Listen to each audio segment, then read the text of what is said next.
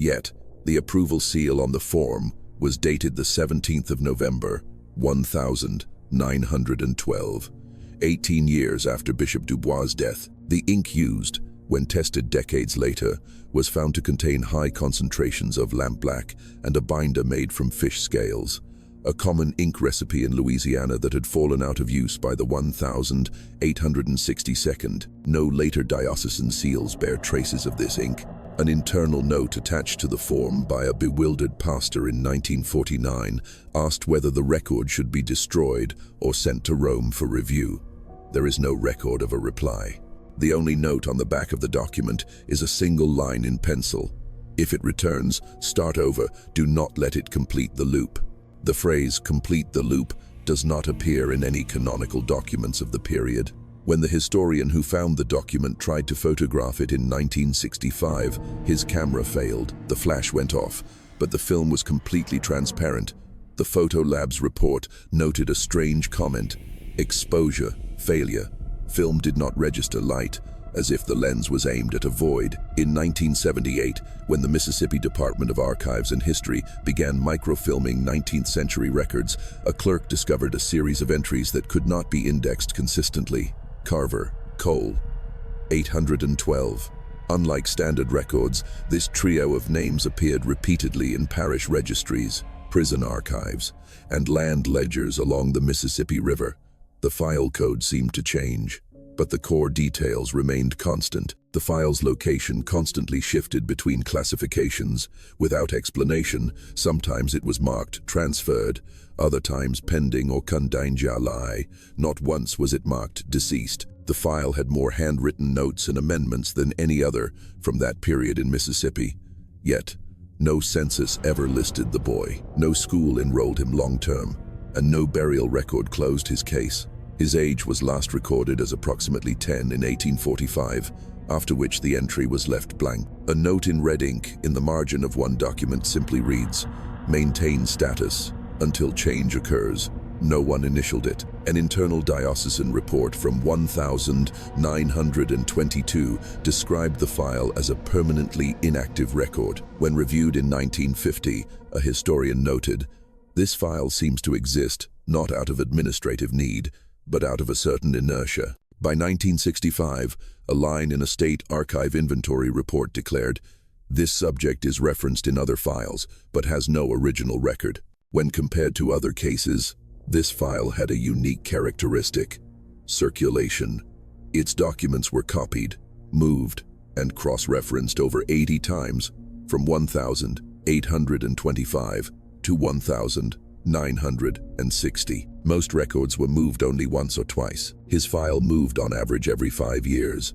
No official request explained these movements. No officials signed off on them. Some clerks' offices even noted they never received the physical document, but created a new entry anyway, citing the reason to sync with neighboring parishes. A note from a clerk in Vicksburg, dated April 1908, includes a hastily written line: "This file has surfaced again. Just leave it here this time." Some believed it was a ghost file, a clerical error that refused to be deleted.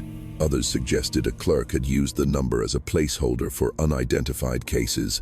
But when a local historian cross-referenced the Carver, Cole file with work camp registries from 1845 to 1849, he found more than just names. He found a second daguerreotype. It was an exact match to the one found in the Carver's ledger. Unaged, uncorroded, indistinguishable. The same boy, unchanged over 20 years. In a failed attempt to purge inactive records in 1981, the State Archives' early computer system repeatedly errored out when scanning this file. Access error, record in use. The technical department marked it as a software glitch. But on the error printout, below the line of code, a sentence appeared that no one on the programming team claimed to have written. "The flow is not erased. It is being rerouted." The last physical folder believed to be his arrived mysteriously in an unlabeled crate of records from a demolished church in Port Gibson in 1985. It had no number, only a black silk ribbon tied around it. Inside were 12 vellum sheets, all blank, separated by dried bay leaves, seemingly undisturbed for over a century. No dates, No names, no notes, just the stillness of captured time. It wasn't until a re-inventory in 1994 that the contents were closely examined. An archivist named Lena Dubois, another surname coincidence, held one of the blank sheets under an ultraviolet light. Along the bottom edge of the paper, a faint glow appeared. Under a microscope, a single phrase materialized, written in a microscopic script. Still flowing. There was no ink, no signature. The sentence seemed to be woven into the very fibers of the paper. Chemical analysis found nothing. The lab returned the sheet with a note. No foreign agents. The paper fibers have rearranged themselves into this shape. This single phrase, this single line, launched an internal investigation. Though no one could determine the folder's origin, it had no entry in Mississippi's archival system and had clearly not been sent through official channels. One theory suggested it had been mixed in from a Louisiana parish, but this type of vellum was only produced in Natchez until about 1840. Another theory posited it was a fake record, created to cover up some crime. But that theory didn't explain the stains. On each dried bay leaf, in the exact same spot, was a faint, circular stain, the size of a child's fingertip.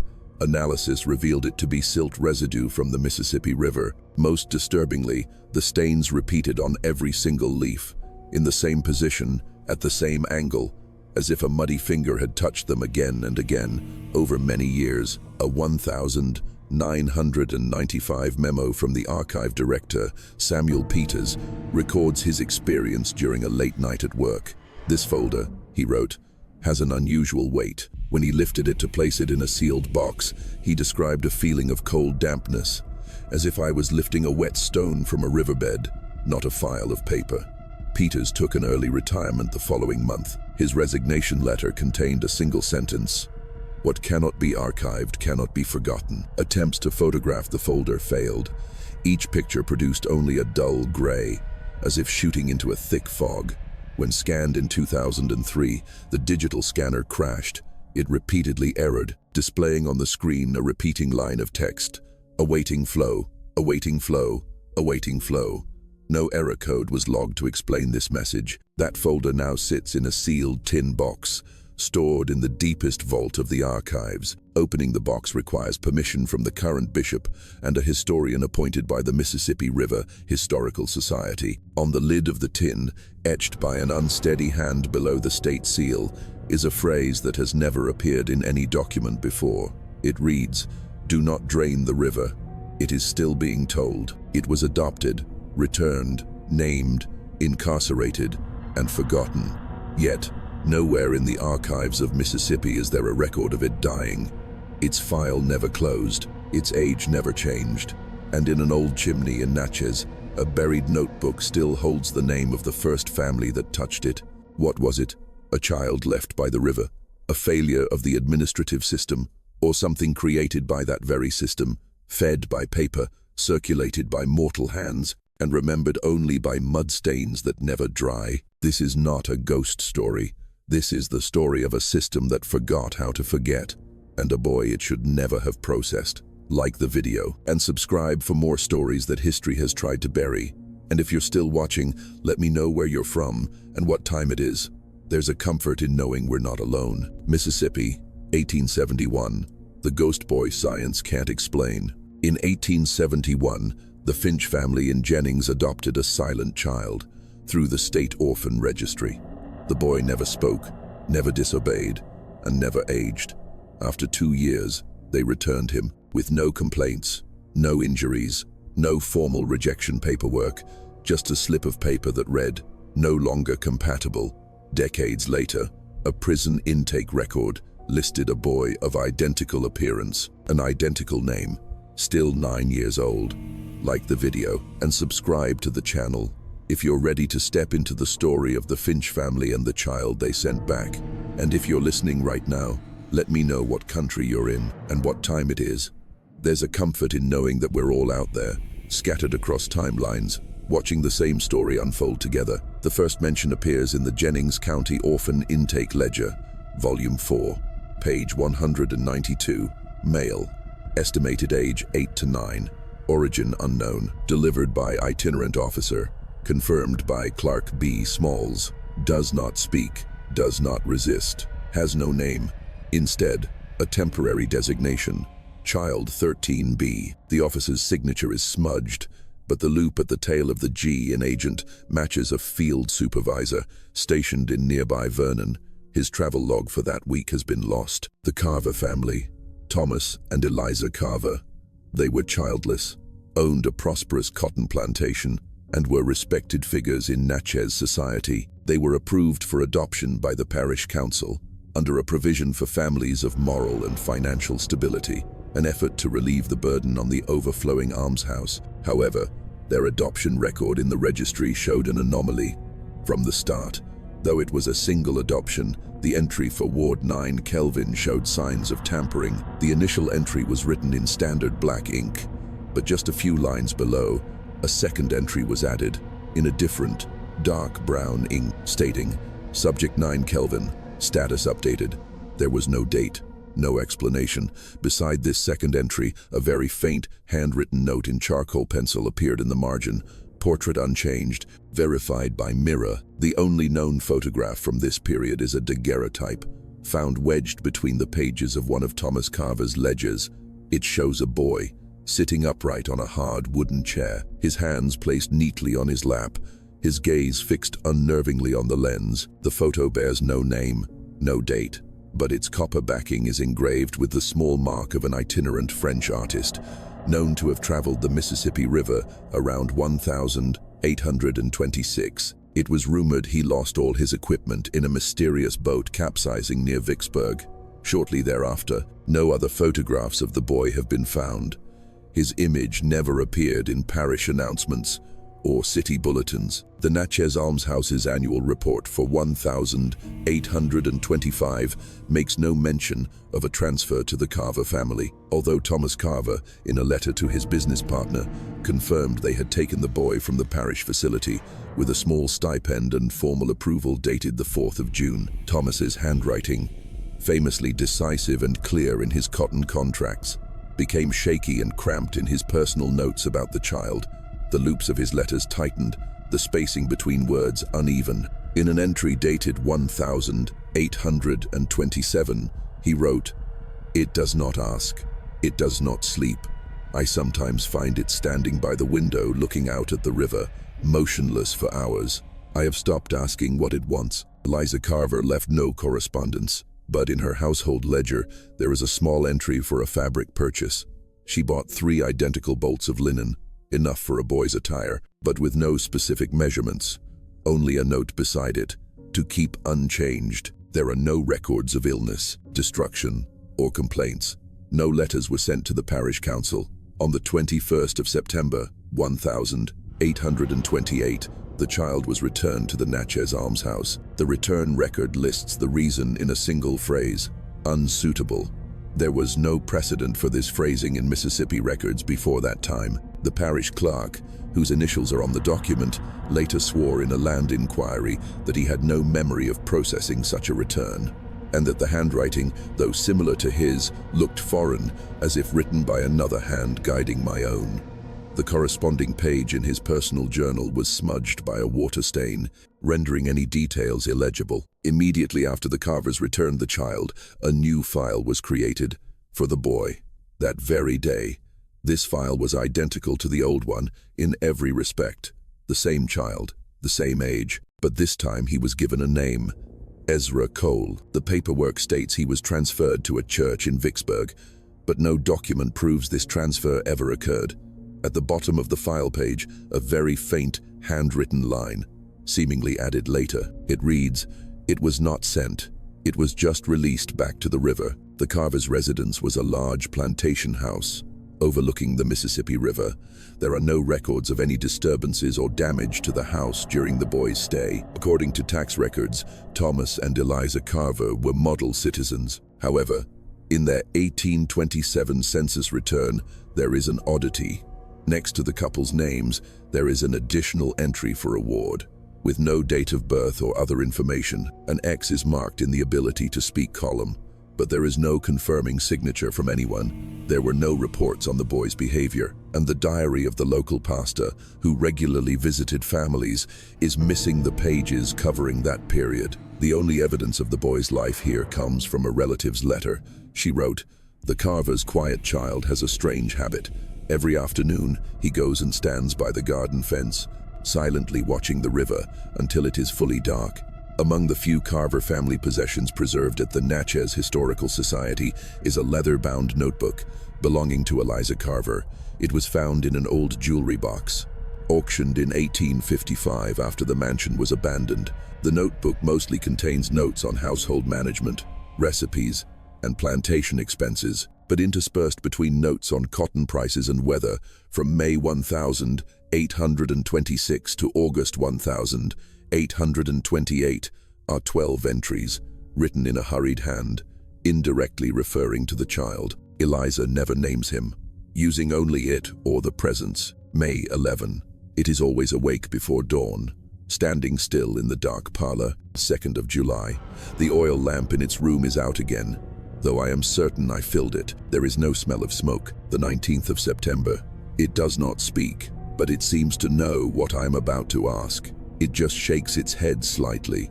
Before I can open my mouth, its eyes are always fixed on a point just over my shoulder. The 4th of December. I gave it a seashell I found on the riverbank. It did not look at the shell, but only held it in its palm. A moment later, I had a chilling feeling, as if a whisper was echoing from the shell. A short, undated note, written in pencil, is tucked between two pages that are nearly stuck together. It reads, "It knows when we are not watching. That is when the shadows in the room shift." From the winter of 1827, Eliza's notes became more brief. She no longer wrote about what it did, but simply recorded things that had passively occurred.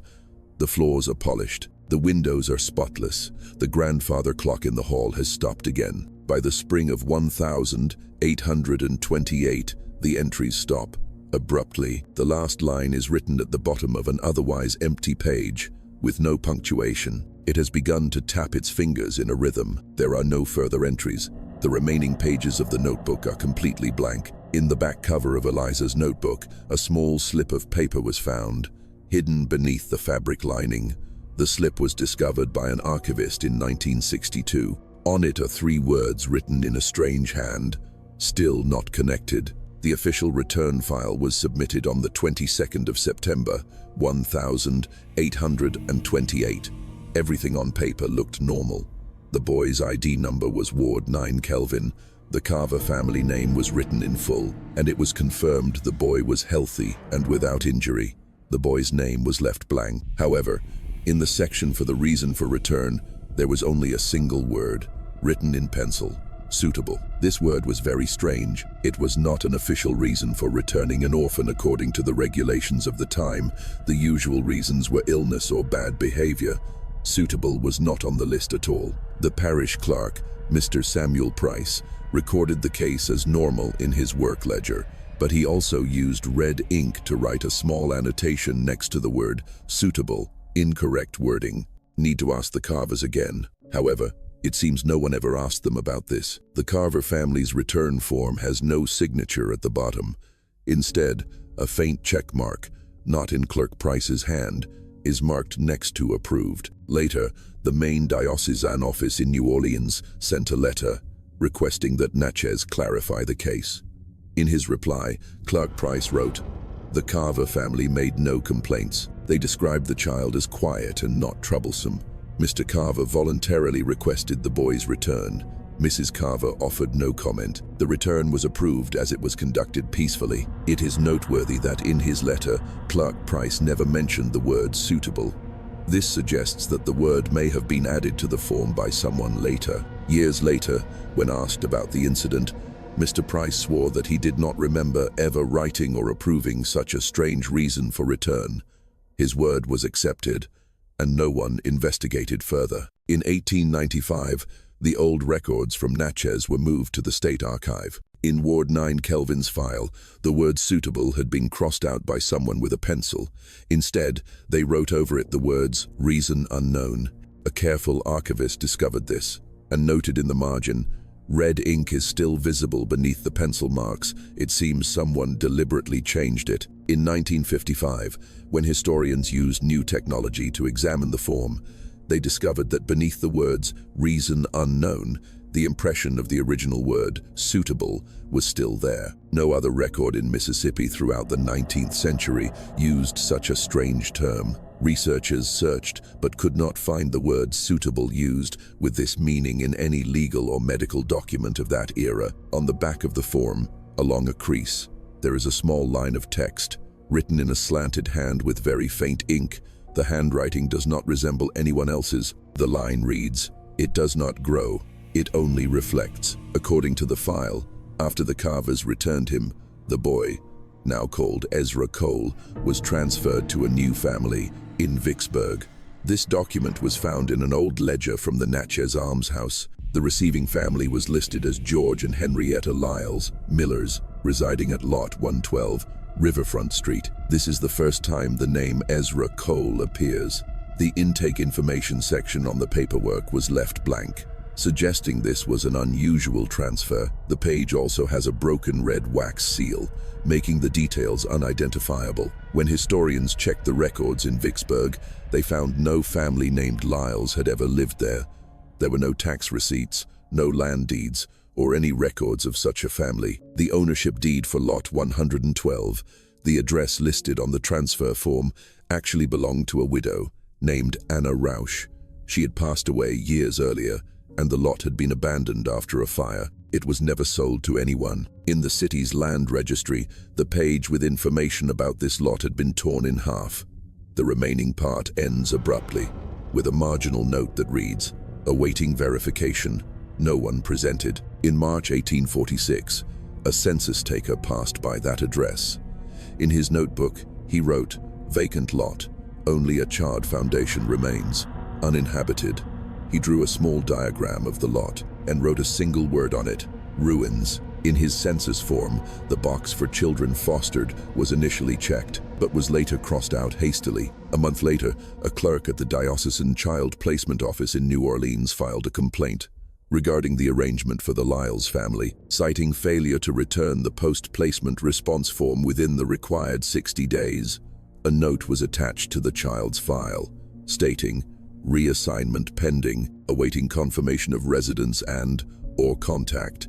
No confirmation ever arrived. The Natchez Almshouse maintained that the child had been legally transferred. A letter in response to the clerk, filed under the signature of the almshouse's acting director, stated, "Delivery confirmed by carrier's log. Subject has left the parish's jurisdiction on the specified date. Further inquiries belong to the Vicksburg authorities." When that log was requested by the Vicksburg office, it could not be found.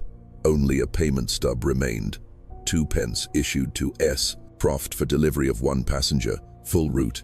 No additional trips were recorded under that name for the entire year. Years later, a Warren Parish school register from the spring of 1846 lists a student, Ezra C. age 10, enrolled for 2 weeks at a rural school near the Yazoo River. The attendance sheet has his name only once. His line for the second week is crossed out, and beside it, another note in a different ink, "Family relocated." The name Lyles was never written. The teacher's marginal note in the corner simply says, "Guardian, unclear, uncertain if boy speaks." In a separate ledger, buried at the bottom of a surplus file in the parish clerk's office, an unsigned entry appears. In a section for invalidated land claims, it lists the Lyles lot, followed by a final entry, "Reclaimed by absence." The daguerreotype was discovered in 1958 during an inventory of parish records transferred from the Natchez Archives to the newly established Mississippi Department of Archives and History. It was found wedged between 2 pages of a cotton shipping ledger. Inside an old leather pouch faintly stamped Carver 1825-28 and tied with a desiccated leather cord. The metallic portrait, about the size of a palm, shows a boy seated on a simple wooden chair, his right hand resting on his knee, his face directed forward. He wears a coarse spun shirt, its collar unpressed. There is no name, no date, no artist's mark on the front. On the copper back, under raking light, faint scratches of handwriting were revealed. A clerk's note in pencil reads, Ward 9 Kelvin or Ezra C., followed by a question mark etched with a different, sharp tool. Below that, a second hand in faded India ink wrote, Photo from Carver House, no notation. The photographer's identity remained a mystery until the wooden chair in the photo with a distinctive crack on its left leg was identified. In an 1826 sketch of the interior of a traveling studio, owned by a French artist named Jean-Luc Dubois, he was known to have operated along the Mississippi River. Before his boat and all his equipment were reported missing in a flash flood near Port Gibson, Dubois' records, if any existed, were also swept away by the river. When the daguerreotype was examined as part of a conservation initiative in 1965, an anomaly was noted. The polished silver surface showed no signs of tarnish, no scratches, or the chemical erosion typical of plates from that era. Even the edges of the copper plate, usually the first place to oxidize, were still bright. When exposed to cleaning solutions, the image was unaffected. X-ray analysis, conducted at Tulane University's metallurgy lab in 1968, found no signs of decay, despite the plate having existed for over a century in Mississippi's humid climate. The physical report, filed under reference number M1825, included a passage. The metallic surface shows no measurable degradation. The silver-mercury amalgam remains stable. There are no signs of galvanic corrosion or environmental impact. The crystalline structure of the image remains as it was upon creation. The analyst attached a handwritten note to the report. The physical nature of this image is impossible. It does not decay. What puzzled archivists more than the perfect preservation was the image itself.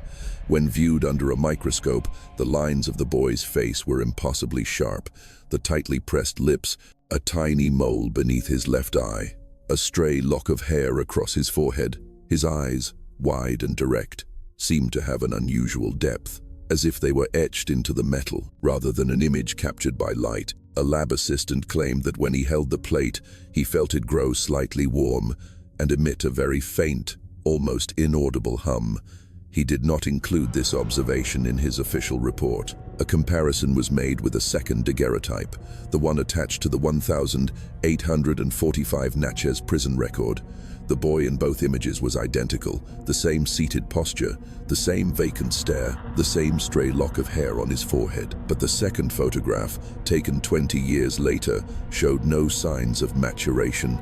The collar was just as tight, the crease on the sleeve was in the same position. When both metal plates were placed side by side under a strong light, the original plate seemed to vibrate slightly.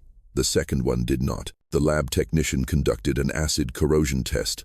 The second plate corroded as expected. The original plate was unharmed, its surface merely darkened temporarily before brightening again. The technician resigned the following week. A handwritten note of his was found on his desk, with only one line. It is not a record, it is an ongoing presence. The Natchez Parish Prison Intake Ledger for 1845 lists a juvenile inmate under number 812, processed on the morning of May 9. The name entered is Ezra Cole, no middle name. The warden noted the charge as vagrancy and public disturbance near the wharf area. No resistance, no statement. Estimated age, 10. Height, 4 feet 8 inches. Weight, 81 pounds. Skin, pale. Eyes, slate, colored. The arrest ledger has a handwritten note in the margin, a rarity for vagrant prisoners. Subject, shows no emotion, completely silent but compliant with all orders. The intake form was attached with a newly taken daguerreotype, fixed with a drop of beeswax to the top corner of the page. The portrait, which has a faint scratch near the chin, shows a boy in a coarse spun shirt, his face slightly turned to the right, hands in his lap. Beneath the image, someone had written in India ink, "Photo taken at time of intake, metal plate stored separately." This handwriting did not match that of any wardens or clerks who worked at the prison that year. No identification papers accompanied the 1845 prison file. The box for next of kin or guarantor was left empty. The boy, Ezra Cole, was held for 2 months before being classified as an incorrigible vagrant and transferred to the Woodville work camp for the indigent. A transfer order dated the 15th of July is signed by Warden John F. Harris and a local magistrate. The magistrate later swore he never signed that order, stating his signature had been forged. The J in his name was written with an unusual loop, not his style. At the Woodville work camp, the boy was assigned a straw pallet in the East Ward. A foreman's log describes him as utterly silent, never complains, works ceaselessly but eats very little, blinks when ordered. An additional note was written in the margin of the medical log: pulse slow but steady, skin cool to the touch, even in the Mississippi sun, does not sweat. He was not included in prayer sessions or reading lessons, but was assigned to cleaning and mending fishing nets. Records show no disciplinary infractions, no communication, no illness. A warden wrote in his monthly report, "He is present but does not exist. If not for his shadow on the ground, one might think he wasn't there." In November 1847, his name was struck from the work camp's registry. There was no report of escape, no release papers, no transfer order. In place of a final status entry was a large X, drawn in red beeswax. The only annotation, written in a shaky hand, reads, "File sealed, photograph retained." That daguerreotype remained in the file until 1968. When the State Archives conducted an inventory, an archivist noted that the metal image was untarnished. The accompanying paper had no mildew. The beeswax was still soft. When compared again to the photo from the Carver era, there was not a single difference. On the back of the 1,845 prison intake form, impressed so faintly it was almost imperceptible to the touch, were 4 words created not by ink, but by pressure, from some hard object. They read, "Existence confirmed, not life." The prisoner was recorded only under a number, 812. No last name, no origin, no other conviction records attached. His first record at the Woodville work camp, dated the 16th of July, 1845, notes his arrival from the Natchez prison. His age is listed as approximately 10. The entry describes him as mute, with passive behavior, and no history of trouble. The photograph attached to the file, kept in a small wooden frame on the warden's desk, showed a child sitting upright with a vacant stare, an image not uncommon in institutions for the poor at the time, except for one detail. The crease on his shirt collar perfectly matched the crease in the daguerreotype, taken 20 years earlier at the Carver mansion. The daily work log from the East Ward shows the boy never did anything on his own, without being ordered. The foreman changed with the seasons, but through entries written in 4 different hands, the description of him remained constant. No complaints, no noises, no sounds of any kind. A night shift foreman noted in his personal log, "It taps its fingers on the window frame when the fog comes up from the river. The rhythm is slow and steady." Another note, dated August 1846, reads, "It always stands still. Whenever the church bell in Natchez strikes 3 a.m., its eyes are fixed on the river." The kitchen ledger shows the boy ate almost nothing. Plates of food were often returned untouched, or with only a few crumbs of bread crushed. He showed no signs of weight loss or weakness. Monthly health check forms from 1847 note his weight had not changed since his arrival. A caregiver's marginal note reads, "Flesh is cold, firm to the touch, fingernails strangely clean." He later added in pencil, "Never saw it shiver, even on the coldest nights." There was no clear sleep cycle. Despite numerous suggestions to transfer him to another facility, his status remained unchanged for over 2 years. Visiting ministers refused to work with him. On the grounds of no soul to be saved, doctors who visited the camp offered various diagnoses, from traumatic mutism to congenital idiocy to a strange form of waking. None of these diagnoses led to a change in his file status. The warden at the time, a man named Elias Vance, recorded in his 1847 annual report to the Natchez Parish that subject 812 remains without misconduct or incident. Still no next of kin. File reviewed monthly. Vance resigned the following spring. His successor, a man named Silas Thorne, later recounted in a private letter that when he tried to move 812's straw pallet during a clean-out in 1848, the straw had hardened and stuck to the wooden floor. When the pallet was lifted, a fine layer of river dust was discovered underneath. arranged in parallel lines. Like tiny waves, he ordered the corner left alone. There is no official record of this incident. The final mention of 812 appears in a work assignment book from January 1849. A labor roster marks his spot as empty. His intake record remained in the file cabinet. No escape report was filed. No transfer order was processed. The line with his name in the ledger ends abruptly. Below his name, a note appears in red ink. Starkly different from the black ink of the ledger. No release order. Status maintained. When the records were centralized for archival in 1968, the Woodville Work Camp folder was missing the intake record for 812. Instead, archivists found an old brown envelope marked anonymous, inactive. Inside was only a blank card.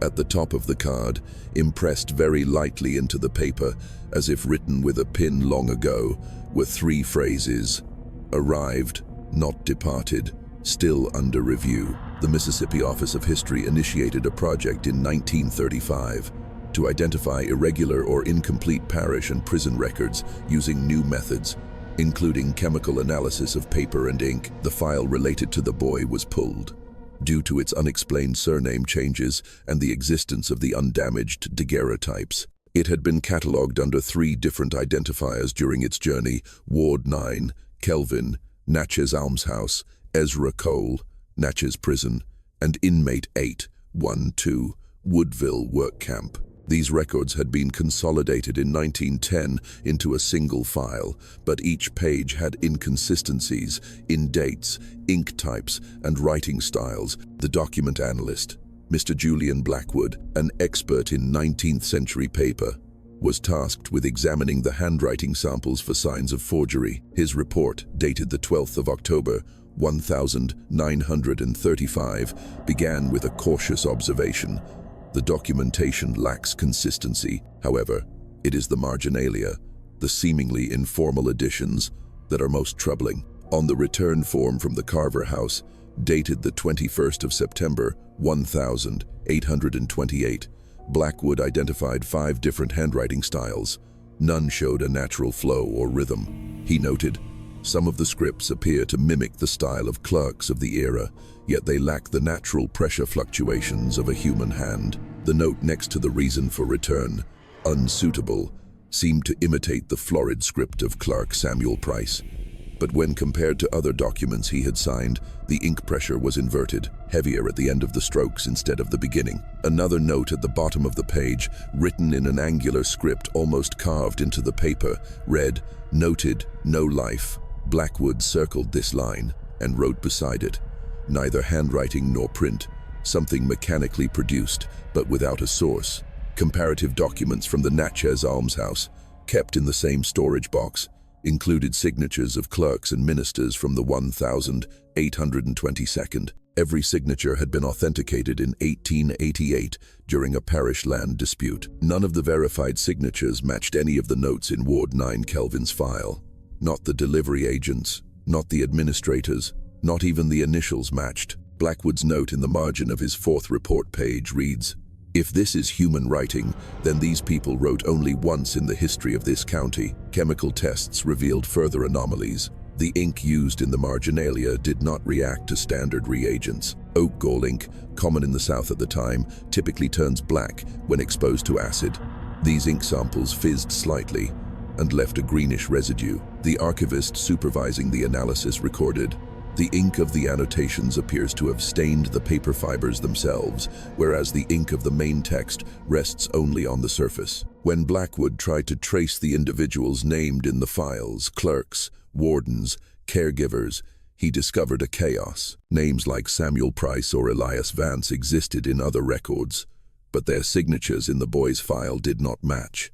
Other names, like George Lyles, did not exist at all in any other state documents. John F. Harris, the Natchez prison warden who supposedly signed the 1845 transfer order, had actually died of yellow fever in 1844, a year before he was alleged to have signed the document. Blackwood's final note, found clipped to the back cover of the analysis report, consisted of just 3 lines in his own sharp script, underlined twice. No records match, no writing repeats, only the image is constant, and it does not write itself. The original adoption document, filed on the 4th of June, 1825, was one of the few documents processed that summer at the Natchez Parish Almshouse. It bore the usual elements: a child's code number, the parish reception stamp, the guardian's name, and the clerk's signature.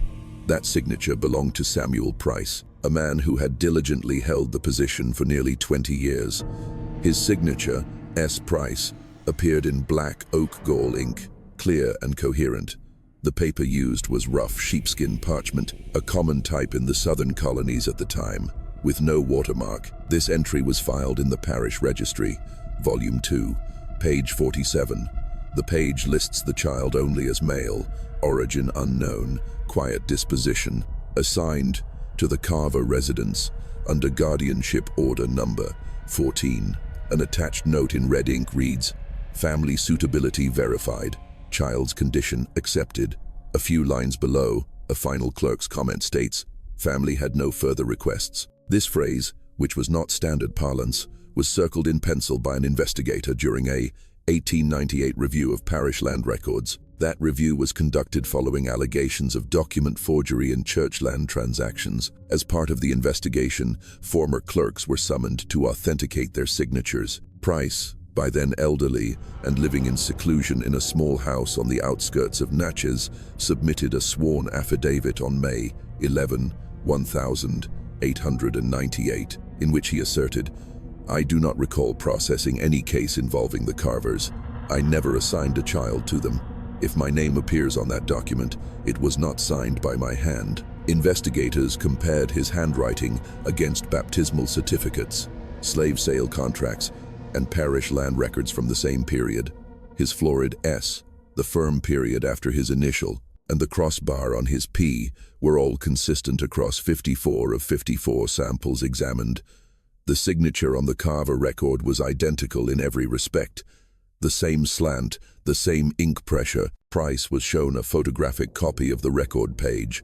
According to the investigating aide's notes, he stared at the signature for nearly 5 minutes before saying softly, "I do not remember that family, but this is indeed my hand." When pressed on whether he could have forgotten the child, he replied, "This is not forgetting. This is an emptiness. I have processed thousands of records. This paper was never on my desk. I can feel a record when it passes through my hands. It has the weight of a soul." His affidavit was stamped and filed under the code Objection 04. The Carver file was not pulled from the archives. Instead, a note was added to the back cover of the registry. Signature authenticated, memory questioned. The note was signed by an apprentice clerk, whose daughter would later disappear mysteriously near the Mississippi riverbank in 1905. No modifications were made to the original adoption record. It remained in the ledger, perfectly intact. Between the pages, one can still see faint impressions, where a pen nib had pressed down for too long, not forming letters, just repeated points of pressure, as if the hand that signed it was actually trying to sign something else, something deeper beneath the page. In August 1902, the old Natchez City Hall began to be demolished, to make way for a new structure. During the foundation digging, workers broke through an old brick fireplace, unused since after the Civil War. Inside the chimney, wedged tightly between soot and broken bricks, was a small tin box, its edges warped by heat, but still intact. No label, no number. The lid was rusted shut. When pried open, the tin box contained a single object, a small, hand-stitched notebook, its spine nearly broken, with no title. The notebook had only 4 vellum pages.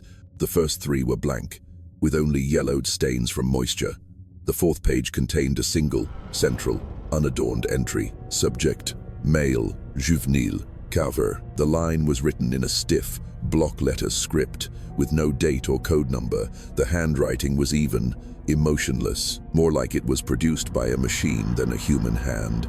Below that line, under the heading Status, was only one phrase: suitability suspended, no signature, no other entries. The notebook was taken to the office of the mayor of Natchez for identification. He noted it in the city log, but marked it as extra-jurisdictional, a term for items that did not appear in any official record. In a private note, He commented, "Format unrecognized, not a valid document, not of parish origin." He did not destroy the notebook, however. Instead, it was placed back in its box and stored in the vault of the new city hall, under relics, old fireplace. 10 years later, a historian studying the 1,828 Natchez Almshouse registries discovered an anomaly. The standard ledger ended on page 98, but the binding contained 99 pages. The final page was blank, except for a faint ink bleed-through from the back. This ink formed the faint impressions of a rectangle, suggesting the page had once been pressed against a hard object for a long time. The historian's marginal note reads, "Final page does not match. Different paper stock." When the Carver file was pulled for re-examination, a black soot smudge was found on the lower left corner. The stain was inconsistent with the general condition of the other documents. Chemical analysis in 1942 confirmed the presence of oak wood ash residue, the same type of wood used to build the old city hall. A letter found in the 1902 construction company's archives included a handwritten complaint from one of the demolition workers. "Nobody told us there was an iron box in the chimney. Had to break the bricks to get it out. Didn't feel like metal. It was soft, like wet leather. Smelled of river mud inside, not old paper." The site foreman dismissed the complaint. The object was logged, boxed, and never mentioned again. There is no record of who placed the notebook in the chimney.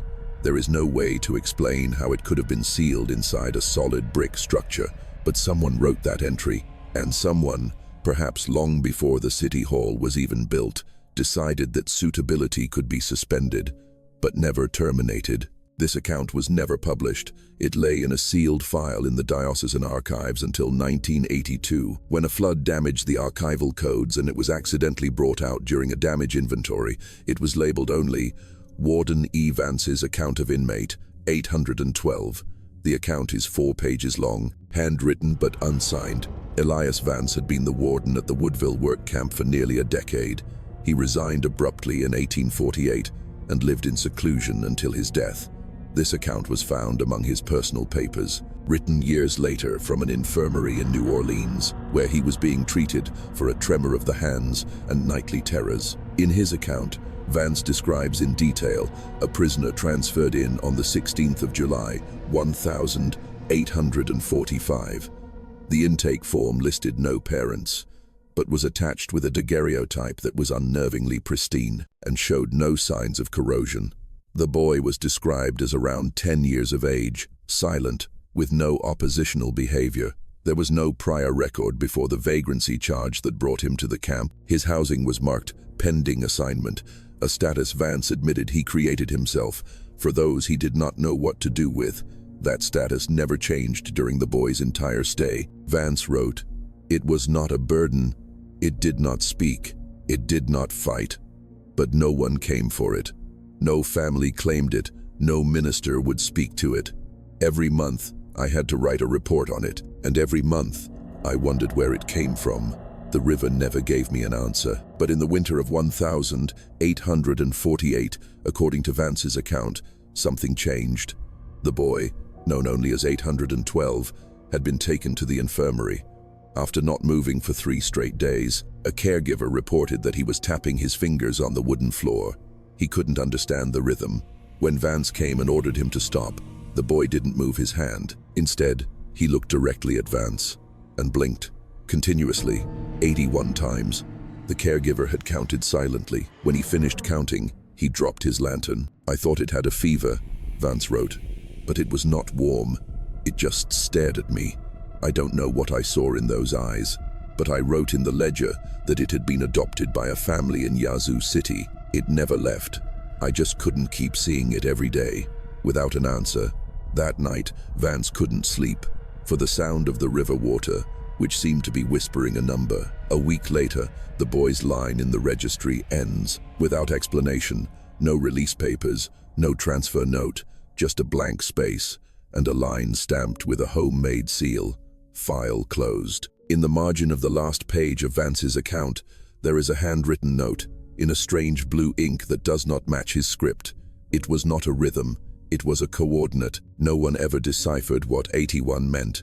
No other inmate at Woodville was ever listed as pending assignment, and the blue ink did not match any type manufactured in Mississippi or neighboring states during that century. The administrative language of 19th century charitable institutions was often exclusionary and simplistic. Terms like deaf-mute, dullard, or indigent were used to categorize and contain rather than to understand. Yet, none of these categories truly fit the boy returned by the Carver family. In his return file, dated the 22nd of September, 1828, the supervising minister had marked all 3 standard items: intellectual capacity, moral disposition, and future prognosis. With the same symbol, a simple horizontal line. A dash typically meant information was unavailable. Less common was its repetition across 3 different documents from the Carvers, the Natchez prison, and the Woodville work camp, each written by a different hand, but bearing the identical mark. In the Natchez Almshouse registry for 1829, the boy appears again. In a special list titled Pending Cases, 12 names were listed. 11 were eventually adopted or died. Only Ward 9 Kelvin remained. His file was stamped annually with a note, "Re-evaluation requested," but no evaluation was ever performed. A handwritten note in the margin of the 1831 list reads, "Still on the books, still pending, still not speaking." The absence of any observable expression, no sadness, no anger, even his silence was not defiant, placed him outside all systems of classification. He was not helped. Not because he was a difficult case, but because no process was designed to handle a case like his. In 1850, with changes in state pauper laws, a medical board reviewed old records. The boy's case was placed in a provisional category, stagnant subject, status undetermined. In his report, one board member, Dr. Alistair Finch, a coincidental surname, wrote, "The subject does not respond to sound but is not deaf, does not resist but cannot be instructed, heart rate does not change when startled. This condition is neither illness nor willfulness. He is not empty, he is not static, he is simply out of sync." The last line of his report was crossed out in ink, but beneath it, one could still faintly read, "It taps its fingers to the flow." When Mississippi passed the Pauper and Vagrant Act of 1855, hundreds of cases were processed or closed. Ward 9 Kelvin's file was marked, reviewed, no action required. By that point, he had not spoken, shown emotion, or taken any recordable action for nearly 30 years. Yet, he persisted in the system. An addendum to that act added a strange clause: subjects who exhibit neither development nor decay, with no discernible illness, shall be maintained on the books until a marked change justifies reclassification. It was a clause that seemed written for only one person. It was removed in the next version of the law. When historians from the University of Mississippi tried to find the boy's final record in 1948, they found a folder with only 2 stamps: unclassifiable and no examination required. Inside, the only text was a note from an unknown doctor, scrawled in the paper's crease. "Still exists, but we cannot say how." The historian who found this folder was originally searching for cadastral maps from the 1852nd. The Natchez archives had been devastated by a major Mississippi River flood decades earlier, and many documents had been hastily boxed and forgotten. Box 38 Ampere had no list of contents. Inside was a transfer envelope, marked with a standard no one recognized: Mississippi Parish Recirculation Protocol. The paper was not yellowed, the ink not smudged. Though it was pulled from a stack of mildewed files, it had no seal, no signature, just a date, the 17th of November, 1912, and a name, Carver. It was not the boy's name. It was the name of the first family. The words Carver, returned subject, were written in block capitals at the top, followed by the phrase, suitability unresolved. There was no date of birth, no code number. Where the recipient's address should have been, the form simply read, return to the flow. The script was not handwriting, but block print, stiff and inconsistent with any other document from the era. More alarming than the form's content was the authentication seal, stamped at the bottom. Every parish transfer document required final approval from an auxiliary bishop. The seal read, "Approved, Bishop A.D. Dubois, Diocese of Mississippi." Bishop Dubois had served in that position from 1878 to 1891 and had died of yellow fever in August 1894. His death certificate, filed at St. Mary Basilica, confirms his burial on the 22nd of August, 1894.